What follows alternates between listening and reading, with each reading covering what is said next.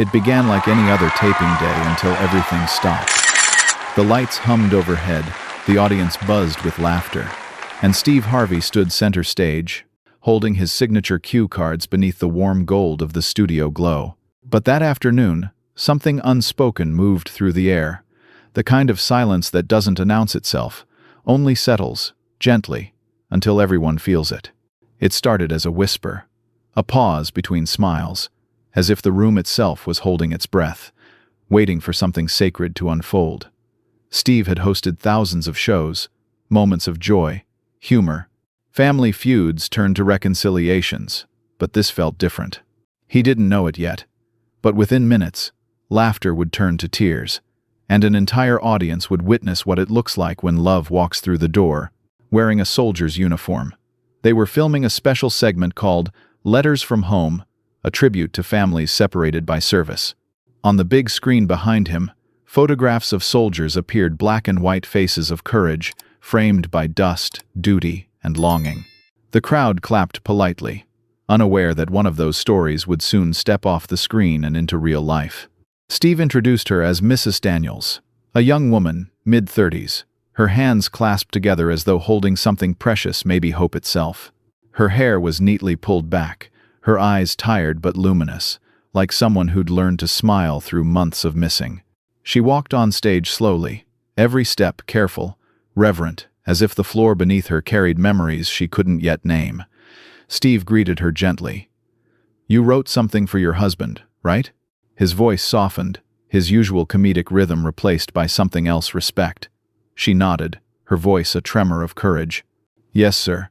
He's been deployed for 11 months. I wanted to tell him how proud I am, and how our little boy keeps his picture by the bed every night." A hush rippled across the room. The audience leaned in, the laughter that filled the studio minutes ago had dissolved into quiet empathy. She began to read her letter. Her words weren't polished or poetic, but they were real, raw, trembling, stitched with love that had weathered distance and danger. "We miss your footsteps in the hall. We miss your coffee mug on the counter. Our son asked yesterday if heroes ever get tired. I told him, yes, but they keep going, anyway." Her voice broke on that last line. Even through the studio lights, you could see her hand tremble, clutching the paper like it was his hand she wished she could hold instead. Steve's eyes glistened. He lowered his cue cards. No jokes, no filler, just silence, the kind that honors something sacred. When she finished reading, the audience rose in quiet applause, not the loud, cheering kind, but the slow, respectful kind, filled with shared humanity. Steve approached her, placed a hand on her shoulder, and said softly, "Ma'am, I think your husband would be real proud hearing that." She smiled faintly, whispering almost to herself, "He's coming home soon, we hope." And then it happened. From the side of the stage, unseen by her, a figure stepped out. The lights shifted just enough to catch the shimmer of a military uniform. For a split second, nobody moved.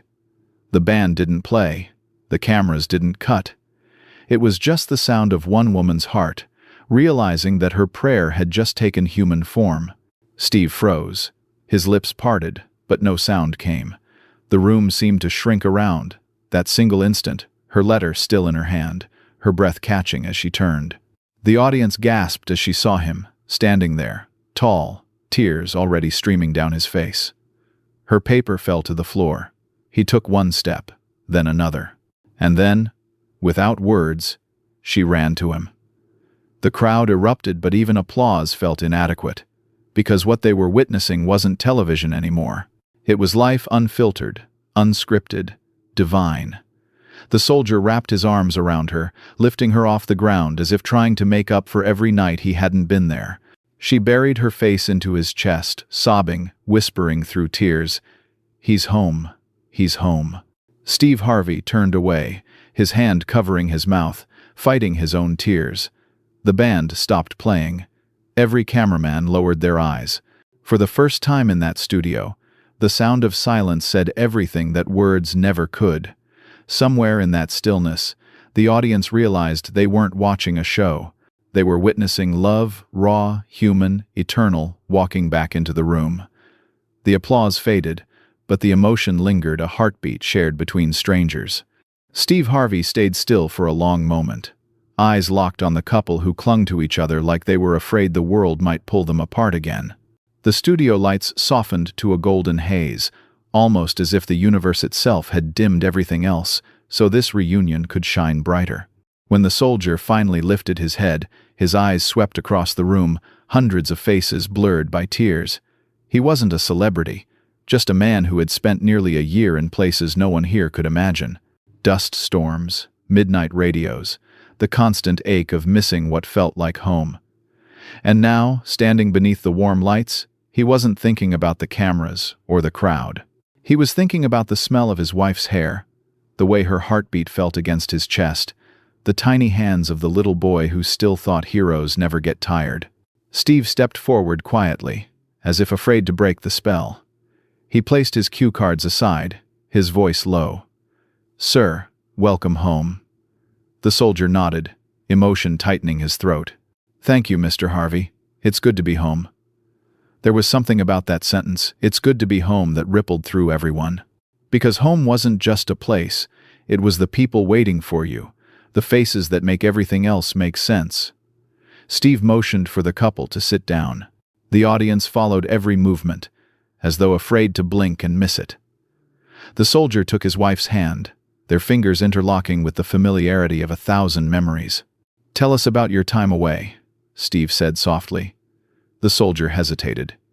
"It was long," he said finally. "We try to focus on the mission, you know. Keep each other going. But every night, when it gets quiet, it's the little things that come back. The sound of your kid laughing, the way your wife says your name. You hold on to those. They keep you human." The words hung in the air, heavy and tender. Some people in the audience nodded, others wiped tears. A few veterans in the crowd straightened their backs, they understood. They'd lived that silence too. Steve listened carefully, his face a portrait of empathy. There was no script now, no countdown clock or teleprompter. Just a man who'd spent decades talking to people and suddenly realized that sometimes the best thing you can do is let silence speak. The soldier glanced toward the front row. "Our son's watching from home," he said, his voice trembling.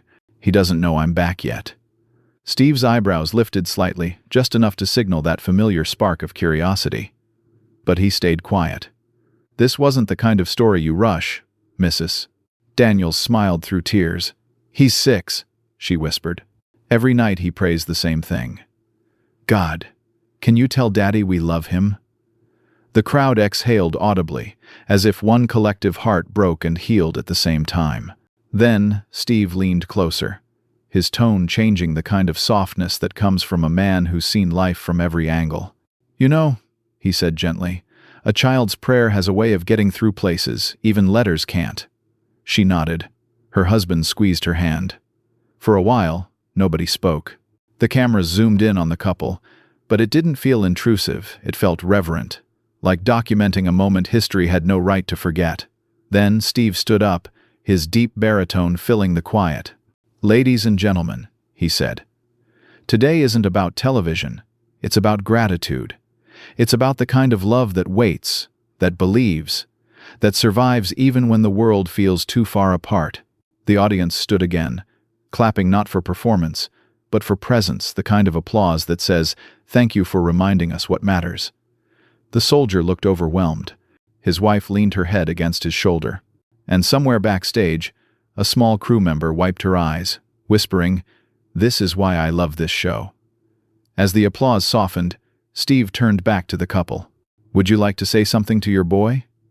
The soldier's eyes glistened. He turned toward the camera.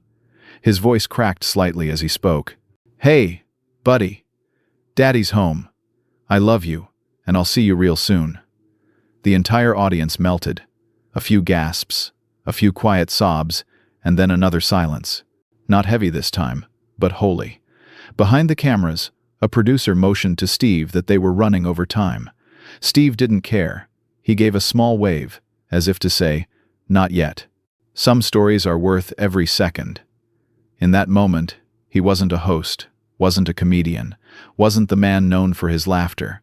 He was a witness to love, to sacrifice, to the miracle of return. And for just a little while, that studio in Los Angeles became the safest, most sacred place in the world. The show paused for a break, but nobody moved. The air in the studio had changed lighter, quieter, filled with that fragile stillness that follows a miracle. Steve Harvey remained on stage, his cue cards abandoned beside the monitor, his eyes fixed on the soldier and his wife, as they sat together, hands still joined, afraid that letting go might make the moment vanish. The cameras powered down, but the audience didn't stir. Even off-air, people sat in silence, wiping tears, whispering prayers. You could feel it, something bigger than television had happened. Something that belonged more to the heart than to the screen. Steve took a slow breath. He'd seen thousands of stories, heard laughter, seen families argue, reconcile, confess. But this was something he couldn't explain. Maybe it was because he understood the kind of strength it takes to love someone who's gone for so long, or maybe it was because, deep down, he knew what it felt like to want to tell someone, "I'm proud of you," and never get the chance. He approached the couple quietly, kneeling beside them instead of towering above. "You okay?" he asked softly. "Mrs. Daniels nodded, tears still falling, her hand pressed against her husband's chest as if to make sure he was really there. "Yes, sir," she whispered. "It doesn't feel real yet." Steve smiled, the kind of smile that carried both warmth and ache. "That's love," he said. "It'll feel real the moment you walk through your front door." The soldier chuckled faintly. "Can't wait to see our boy," he said. "I've had this little toy plane in my pocket since the day I left. He gave it to me, said it was for luck." He reached into his pocket and pulled out a small, worn-down plastic plane. The paint was chipped, the edges dulled, but it had clearly been loved. The studio lights caught it just right, making it shimmer like a relic of faith. Steve looked at it for a long time. "That's not a toy anymore," he murmured. "That's a prayer that came true." The soldier blinked rapidly, his jaw tightening. The emotion was thick, unguarded, honest. Then, from behind the curtain, a small crew member waved at Steve. He whispered something to the floor manager, who leaned toward the host and said, "Steve, we've got a surprise."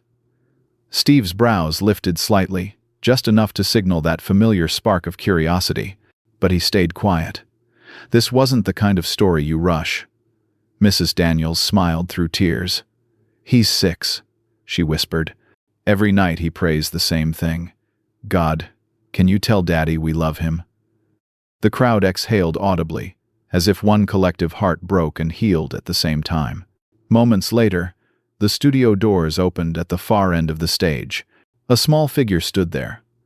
The little boy, a male, around 6, with fair, rosy skin, light brown, slightly messy hair, a round face, rosy cheeks, and sparkling, innocent eyes. He wears a crisp white cotton shirt with sleeves folded, slightly loose, light blue jeans, and white sneakers. His hands clutch a teddy bear with worn fur. The audience gasped softly. "Mrs. Daniels turned, her breath catching. "Oh my God," she whispered. The soldier froze, disbelief flooding his face. That's our son." The boy hesitated for a moment, his big brown eyes scanning the lights, the crowd, the massive set that must have felt like another world. Then he saw his father. His tiny hand let go of the bear. "Daddy?" It was barely a whisper, but it cut through the room like a song no one would ever forget. The soldier stood up so fast his chair tipped backward. He didn't care. His arms opened instinctively. "Come here, champ." The boy ran full speed, tears streaming, sneakers slapping against the floor. The soldier dropped to his knees just in time to catch him. The impact of that embrace made the audience gasp again, and this time, nobody held back their tears. It wasn't a reunion staged for cameras. It was the sound of a child's world becoming whole again. The little boy pressed his face into his father's shoulder. "You came back," he whispered. "I told you I would," the soldier said, voice trembling. "I told you Daddy always keeps his promises." The camera operators, moved beyond words, began filming again instinctively, quietly. No one shouted cues. No one needed direction. Steve Harvey stood frozen for a moment. then slowly removed his microphone. He didn't want to narrate. He didn't want to fill the silence. He simply walked closer, eyes glistening, hands clasped together. For once, the man who had made millions laugh couldn't find a single word to say. He just let the image speak. A soldier, a wife, a child, 3 people holding onto each other as if the world had just started spinning again. The little boy looked up at his father, his small voice trembling. Mom said heroes get tired. His dad smiled, brushing a tear from the boy's cheek. Sometimes we do, buddy. But then we come home, and that's what gives us strength again. Steve turned slightly toward the camera, his voice soft, almost reverent. This, he said, is what love looks like when it finds its way back home. The crowd stood as one, not for applause, not for entertainment, but for respect. A few veterans in the audience saluted quietly. Someone in the back whispered, "God bless them." The little boy turned toward Steve, tilting his head curiously. "Are you the funny man on TV?" Steve laughed through his tears. "Sometimes," he said, "but not today, little man. Today, I'm just someone lucky enough to see your daddy come home." And for a moment, everyone in that studio believed in miracles again. The applause had long since faded, replaced by a quiet reverence that felt almost sacred. The air was thick with emotion, the kind that doesn't pass quickly, the kind that settles deep in the bones and lingers. The cameras rolled again, but this time they didn't feel like machines. They felt like witnesses. What they captured now was not a show, not entertainment. It was the quiet healing of a family finding itself again. Steve Harvey stood at the edge of the stage, hands folded, eyes wet. He had been in front of audiences for decades, seen people laugh, fight, forgive, but never had he seen silence so beautiful. He glanced at the camera crew. Even the most seasoned operators were wiping their eyes. For a moment, the studio didn't feel like a stage. It felt like a church.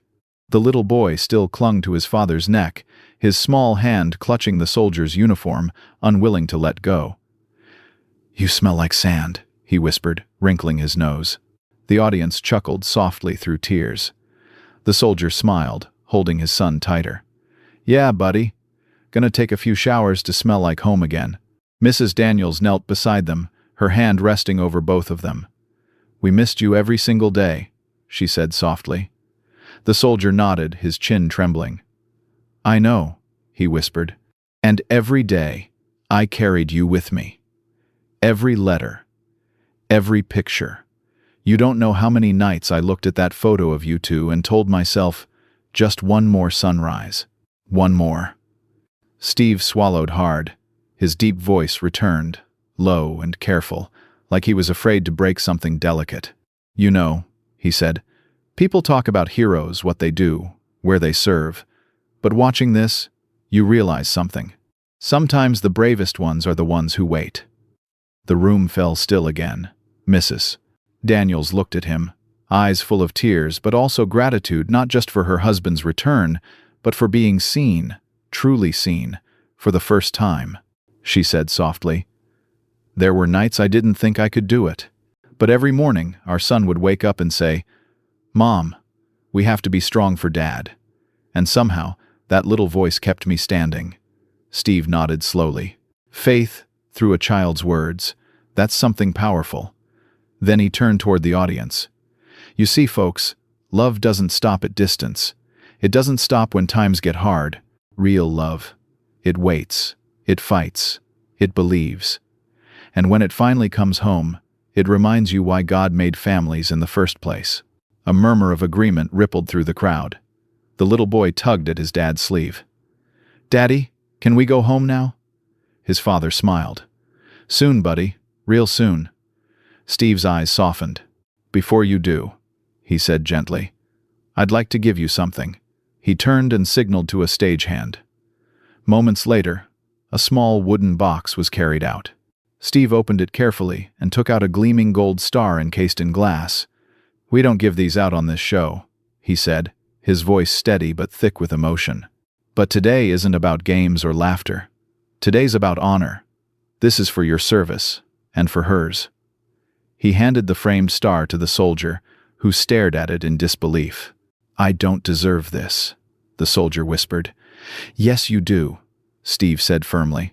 And so does she. And that little man right there? He deserves to grow up knowing that love like this is the real prize. The boy looked up at Steve. Can I hold it? Of course, Steve said with a smile. The boy took the frame carefully, tracing his small finger over the golden star. This is for my daddy, he said proudly. 'Cause he's brave. Then he paused, looked up again, and added, and for mommy too, 'cause she's brave in a different way. That broke everyone. Even the band members, who had played through hundreds of emotional moments, wiped their faces with their sleeves. Steve stepped closer, crouching so he was at the boy's level. You know what? He said quietly. You're right. You just said something most grown folks forget. The boy tilted his head. What's that? That bravery, Steve said, comes in all kinds of uniforms. The child smiled, not quite understanding, but feeling the weight of kindness in Steve's words. He turned back to his parents, hugging the frame tight. The soldier looked at Steve, his eyes shining. Thank you, he said, for letting us share this. Steve shook his head slowly. No, man. Thank you for reminding us what real love looks like. He straightened up, wiping his face with a handkerchief, his voice steady again. You know, I've been doing this for years, he said to the audience, but there are moments that remind me why I'm here. This, right here, this is bigger than a show. This is humanity on display. A long silence followed. Not awkward, reverent. The kind of silence that says, we've seen something holy today. The soldier's wife reached for her husband's hand again. The little boy leaned into both of them. 3 silhouettes, framed by the golden studio lights, not actors, not contestants, but a family reborn. Steve looked up at the ceiling for a second, then down again, his eyes glimmering under the lights. Sometimes, he said softly, you just have to stop talking and let the love do the speaking. And so he did. The cameras rolled, the crowd stayed silent, and for once, no one in the building wanted the moment to end. When filming finally wrapped, the crew didn't rush to tear down the set. Nobody moved. The applause lights stayed dark, but the energy in the room glowed brighter than any production cue ever could. A few audience members held hands. Others simply stared, faces wet with tears, unable to speak. They'd come for laughter, for family games and quick jokes, but they were leaving with something deeper, something sacred. Steve Harvey stood at center stage, motionless. The cameras were off now, but he still couldn't bring himself to speak. He looked over at the soldier's family.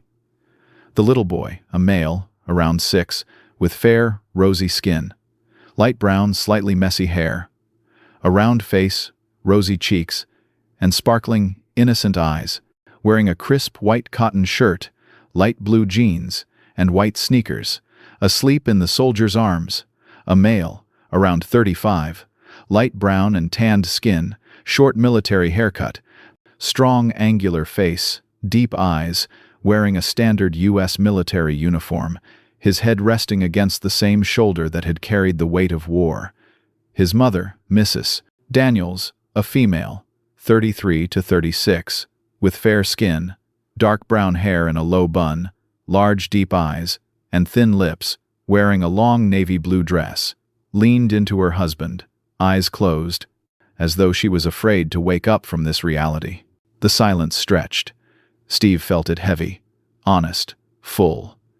He finally turned toward the audience, his voice trembling with reverence. You know, he said, I've been blessed to see a lot of things in my life, but I ain't never seen love walk into a room like that. A few people nodded, sniffled, smiled through tears. He stepped closer to the couple.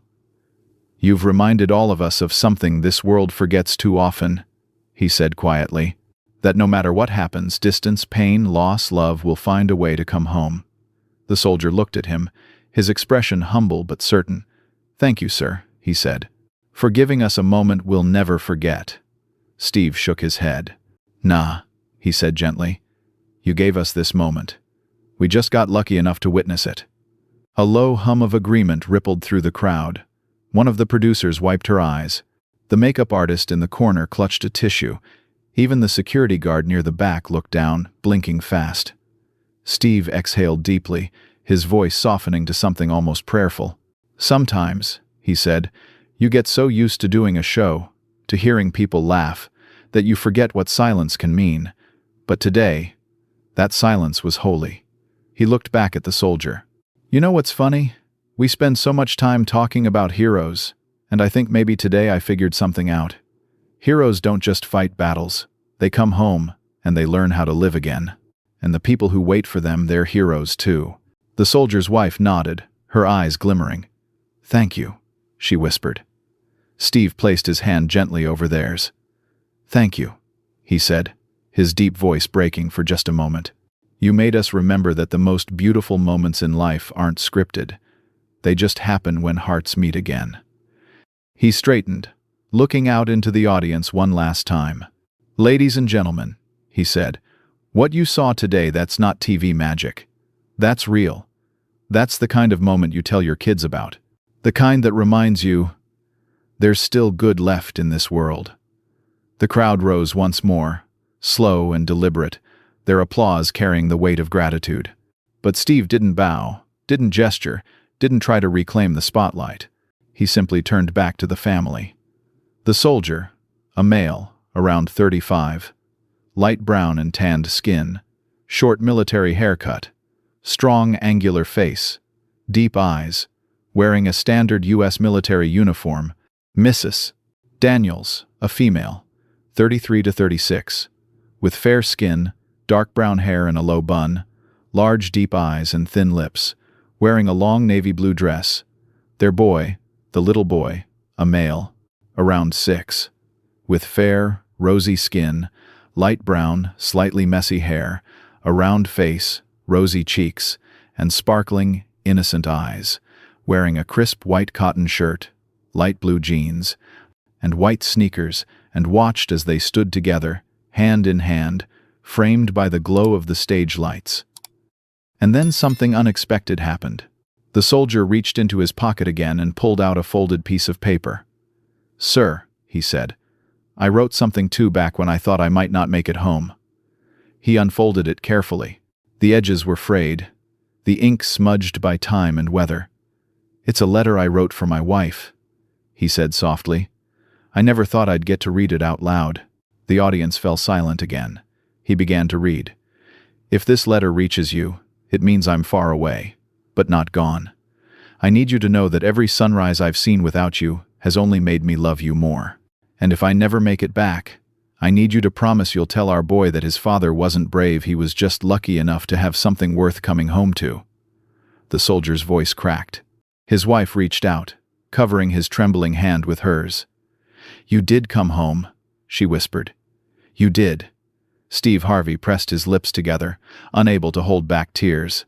His voice, when it finally came, was hushed, heavy with emotion. "Man," he said softly, "that right there, that's the most powerful letter I've ever heard in my life." The audience clapped again, not loud, not forced, but slow and steady, the sound of people trying to honor something bigger than words. The soldier folded the letter carefully, sliding it back into his pocket. His wife smiled, brushing a tear from his cheek. "We'll keep that," she whispered. "For him, for all the times we forget how far love can reach." Steve nodded. "You do that," he said. "Because one day, that little boy's gonna grow up and ask what love really means. And you'll be able to tell him it's this, right here, this moment." Then, for the first time all day, Steve smiled, that familiar, warm smile that people all over the world knew. "You've given all of us a reminder," he said, "that the world still has stories that can make us stop, breathe, and feel again." He turned toward the cameras one final time. The lights brightened slightly, soft golden halos outlining the family. "Ladies and gentlemen," he said, "sometimes television doesn't just entertain, it heals." The audience rose again, some clapping, some praying, all moved. Steve let the moment breathe, eyes wet, heart full. Then, with a quiet smile, he said, "If this story touched your heart, subscribe and share so the world never forgets moments like these. This is Stories Left Behind, where human stories are never lost."